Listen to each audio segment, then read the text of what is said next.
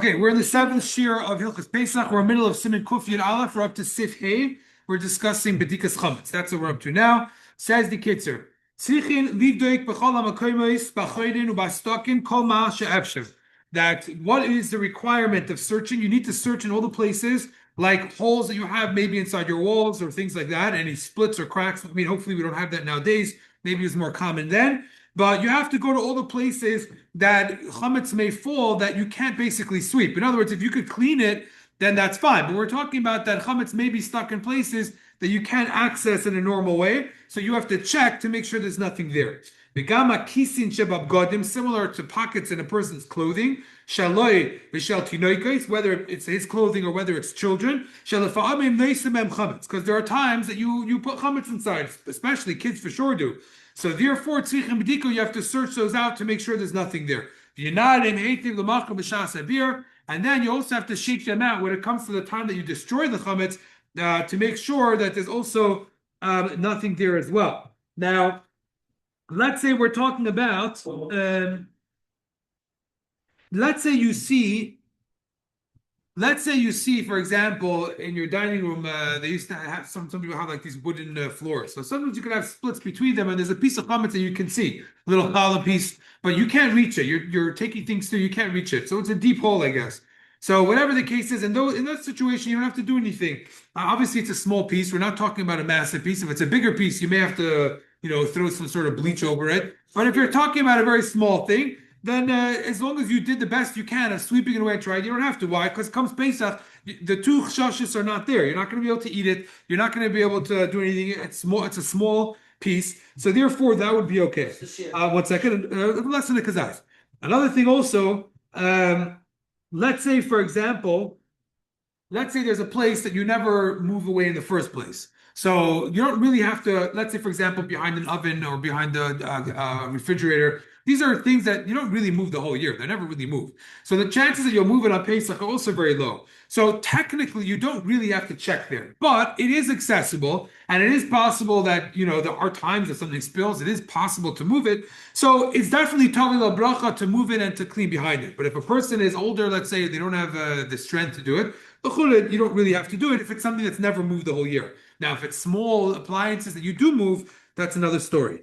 Now, technically, even if it's less than a kazayis, you still have to get rid of it and search for it. Which is why when it comes to, let's say, Sfarim, so we do check Sfarim, or at least the ones that we know we'll use, or we know we used around Chametz. So you do check it to make sure that there's nothing that would be there. So that is something that technically you would have to do. There's some kulas. We'll get to this farm later, maybe. Also, when we talk about, let's say, the walls where you have holes inside or things like that, so you also have to figure out, I guess you could say, of kind of where the use is. If it's within a certain height or something like that, then it makes sense that you have to check. But if you're talking about something that's much higher or if kids can't reach it or things like that, so again, you have to take that all into account. To be scraping the ceiling in the dining room is, unless you're, in yeshiva.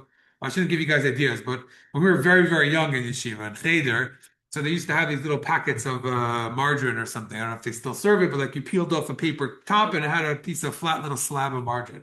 So when they served margarine. So anyways, kids would take it and they would throw it onto the ceiling. It was a drop ceiling and it would get all oily, and it was like a competition who could get it to stick up there. Okay, don't get any ideas from here. But the point is, in such a situation, then obviously you have to clean the ceiling to make sure. But if you're talking about in a normal home where you have a ceiling and no one's throwing food up on the ceiling, I hope not. So then that's not somewhere you have to check. But let's say around the ceiling of the oven, then yeah, you should look around because things spritz up and you should make sure that there's nothing of chametz that's there. So that's something, that you have to take into account. I guess you could say how that works. The same thing with the ground, as I mentioned, you don't have to remove wooden things to see what's underneath. Whatever you could clean, you clean. Whatever you could reach, you could reach. And if you see it and you can't reach it and it's small, then it is what it is. You're mavatal it, and that's the extent of what you have to do. If you could reach it and get rid of it, fine. It doesn't hurt. But you definitely don't have to take apart the wooden floor to get there. Yeah, you have a question? You have a question? You have a question? Buying comments on Pesach. And does it depend on how the shear and what you do with it? No, we'll get there. If you see, you have to get rid of any chametz that you find. That's the question is if you make a bracha on destroying it, That's another thing. But either way, nowadays it's a little tricky because nowadays we really sell it all. So if you find, let's just say, a challah roll, you sold it. So there are those that would say that you can't burn it.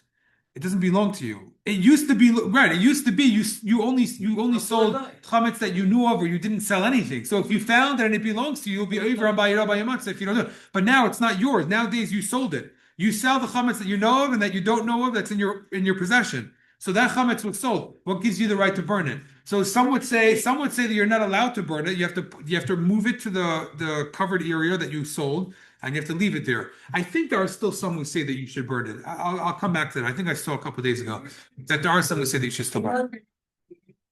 And it's another thing, but they could if the guy who you sold it to knocks on your door, technically you have to give it to him. There's ways out, I guess, that they bought it on. No, I don't think so. I think if they came to you, you actually have to let them in. If a guy comes to your house who you sold the chametz to and says, "I want to pick up my chametz," then it's very likely you have to give it to them. It's a real sale. Now, the only thing is, if they take it, they have to pay you the rest of what they promised. So they might not want to do that, but technically it belongs to them. It's just that until they pick it up, it's in your house. If they take it, then they have to pay the full value. So you're not losing if they do it, but they could. Otherwise, the whole thing is fake. It's a real sale.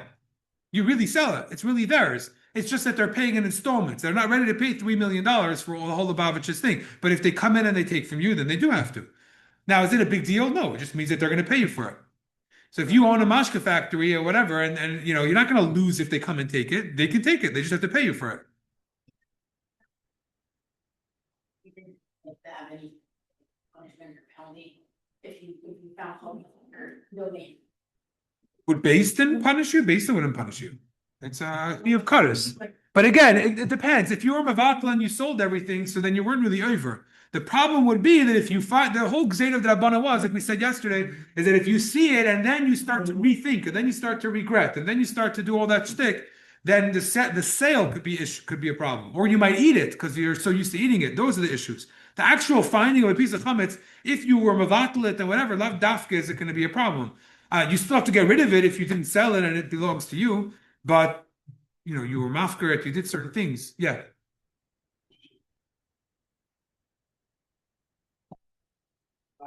Okay, we'll come back to it. Okay, Sivav, going back to it, yeah? Yeah. Are you able to sell it then, like, on condition that they can't take it for like a month?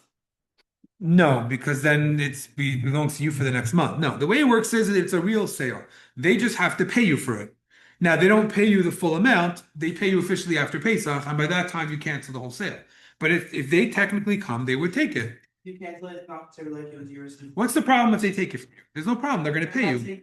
You cancel the sale after, is it considered like it was your community? I don't know. No, because it's a real sale until you say, okay, if you can't pay, then we're gonna undo the whole thing.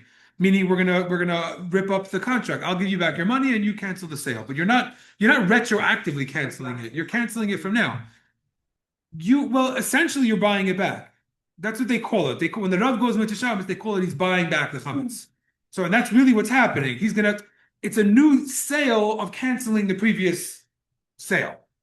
Okay, but I don't want to spend time. Yeah. So let's throw to the guy. What if you find out like during Pesach that's actually you? It's a good question. Good question. No, No, then you probably have to you were not mevatel all the chametz. You're mevatel the chametz that you didn't know about or that you know about that you want to be mevatel. The part that you sold them, you weren't mevatel.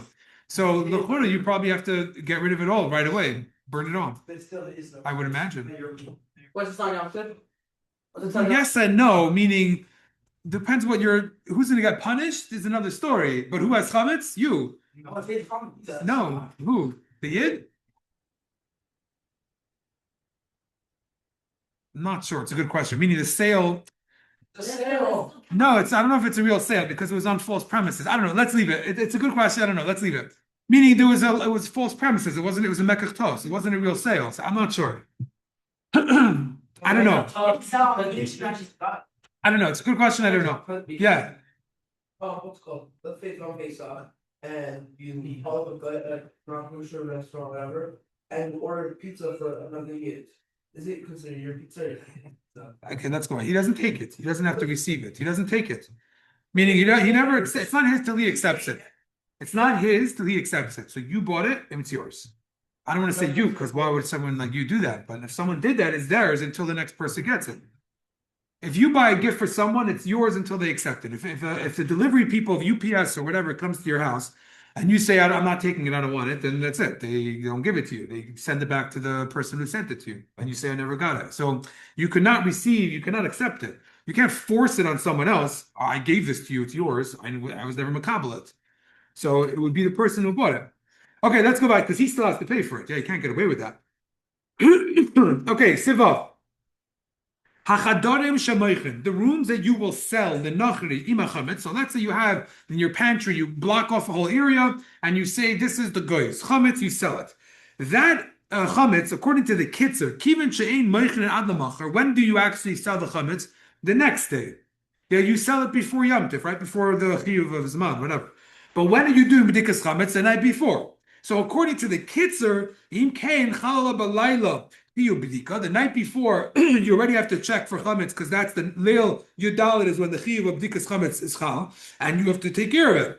And therefore, v'chayiv lebatkam. According to the Kitzur, you have to check it. Now it's going to be funny because you're going to take a candle and go to a room literally full of chametz and go like this. And what are you going to say? There's no chametz here. There is chametz here. So maybe he means that you're going to acknowledge that this is where the chametz is, and tomorrow we're going to sell it. Something along those lines. But either way, if you take a look on Beis, it's very interesting. They quote from the Tzemach Tzedek, who says, "Kosav she'ein chiyu b'dika b'mkayme she'asa l'machram l'nachri l'machar." The Tzemach Tzedek says that you do not have to do b'dikas chametz. If you have in a pantry that you block off, that's chametz, and you're selling for the whole Pesach, you do not need to check it. You don't have to do b'dikas chametz. It won't belong to you. Now, why is that? So the reason is like this. What's the reason why you have to do b'dikas chametz? The reason is, number one, you might forget to sell it, let's say, to the guy, or right now when the chiyuv starts, it's in your reshus. That's the logical reason of why you should have to do b'dikas chametz, because right now the chiyuv starts. Now, what does the Alter Rebbe say? What does the Tzemach Tzedek say? Sorry, Tzemach Tzedek says like this: the issur of chametz is any chametz that's in your gvulim, in your borders, in your reshus. But this is not really going to be in your reshus, right? Why not? Because you kind of look at it not just at this moment, you look at it like in the bigger picture.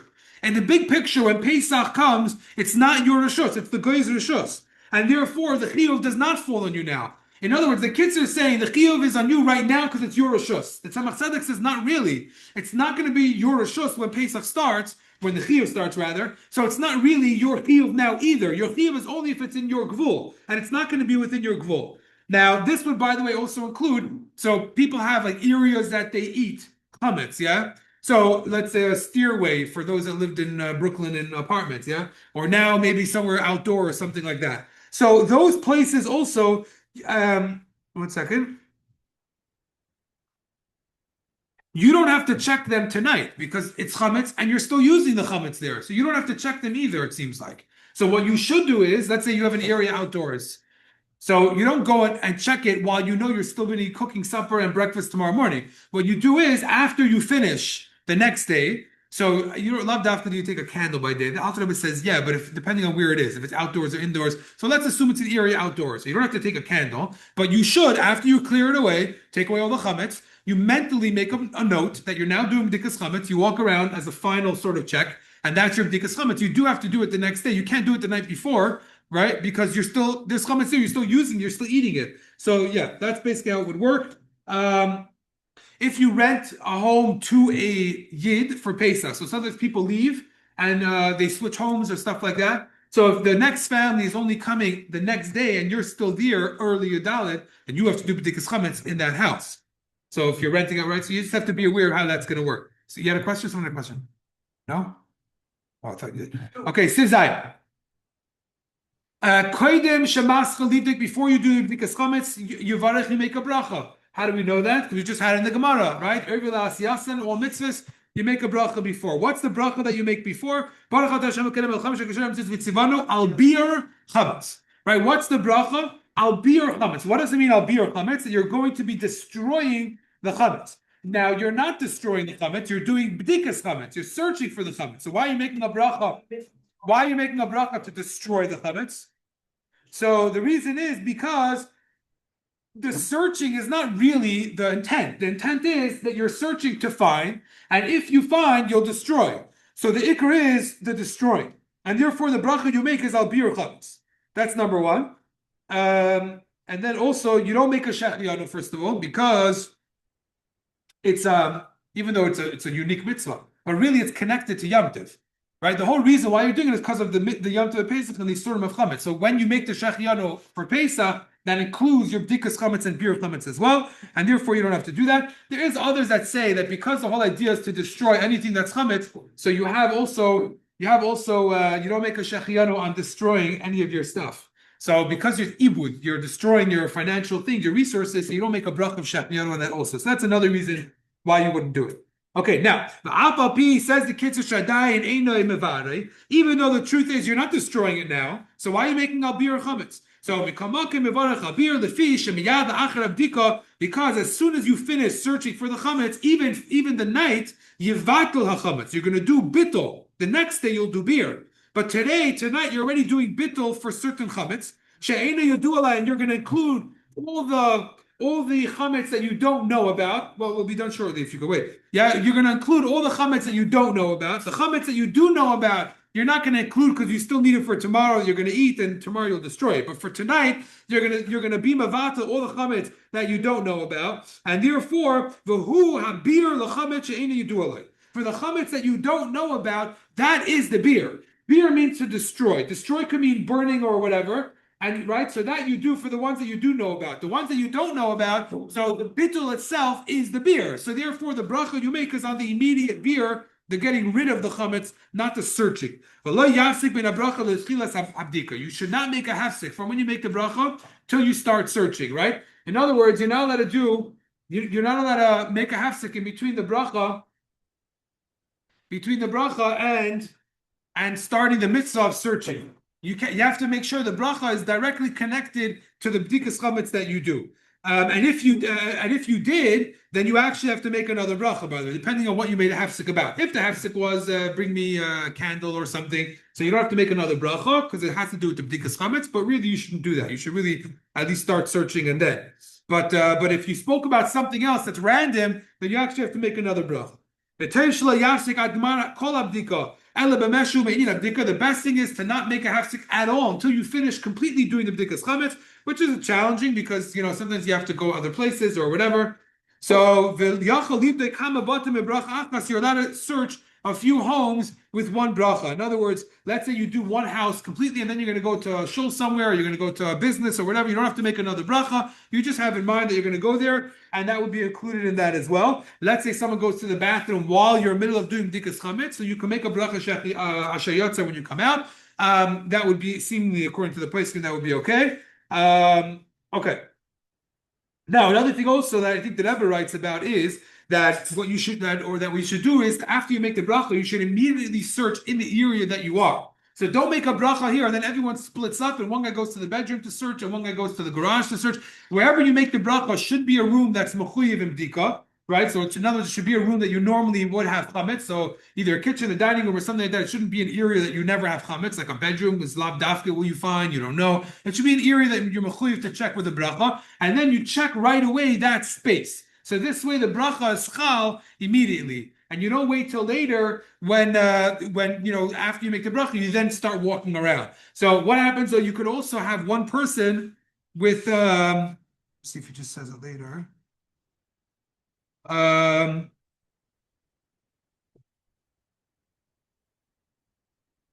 So also you could have. The question is if you could have kids do it for you.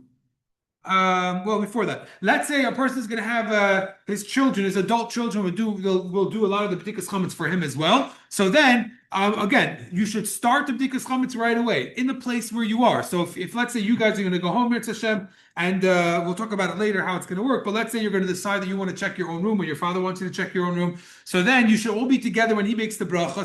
They should be checking immediately where they are, and then you disperse and you go to your area where you make the bracha. That's because you're bachar now. But if you get older, maybe there's a different process of how to do it.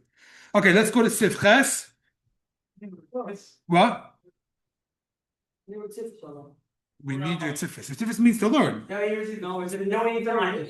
What does that have to do with the? Let's run off the face off. Okay, fine. So we'll stop here. We'll go to Chazara in Zal. Just be careful. 1 second. They might be having a test. So if they're having a test, then we'll.